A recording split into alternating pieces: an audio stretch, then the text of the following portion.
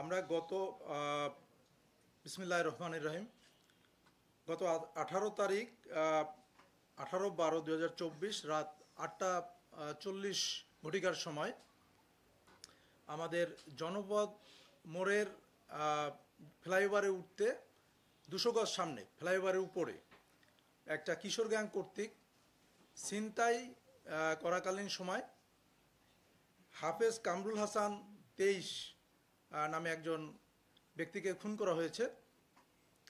তো ঘটনাটা ছিল এরকমের যে হাফেজ কামরুল হাসান উনি ওনার বন্ধুদের সাথে সাজেক যাওয়ার উদ্দেশ্যে বাসা থেকে রায়েরবাগ থেকে বাসে করে আসছিলেন এবং তিনি ফ্লাইওভারের উপরে নেমে তারপরে জনপদ মোড়ের যে ফ্লাইওভার উঠতে উনি ওই পথ দিয়ে নামার চেষ্টা করছিলেন এবং ওইটা নামার আগে 200 গজ সামনে 5 জন কিশোর, তারা হলো শাকিল, মোহাম্মদ আশরাফ, রোহান, শিফাত এবং আপন।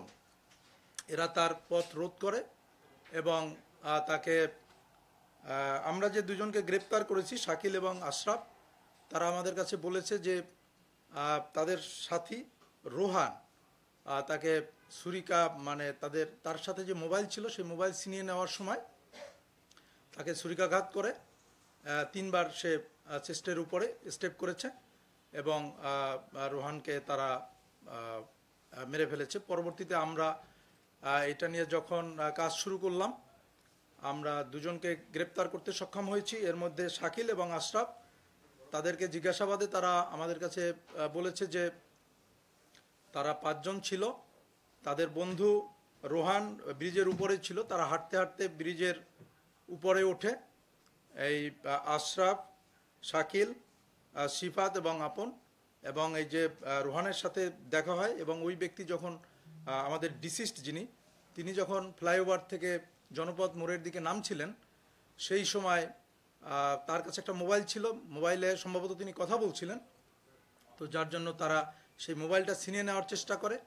মোবাইল যখন সে ছিনিয়ে নিতে চাচ্ছিল তখন সে স্বাভাবিকভাবেই সে তার মোবাইল দিতে চাচ্ছিল না। তখন রোহান তার কোমর থেকে একটা চাকু বের করে তাকে উপর্যুপরি ছুরিকাঘাত করে এবং ওই ব্যক্তি ওখানে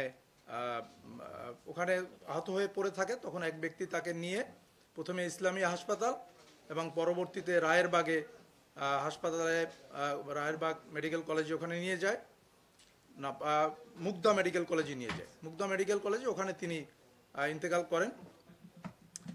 পরবর্তীতে আমরা এই দুজনকে আসলে গ্রেপ্তার করতে সক্ষম হয়েছে এবং তারা আমাদের কাছে ঘটনাটা স্বীকার করেছে যে তারা এই ঘটনা ঘটিয়েছে।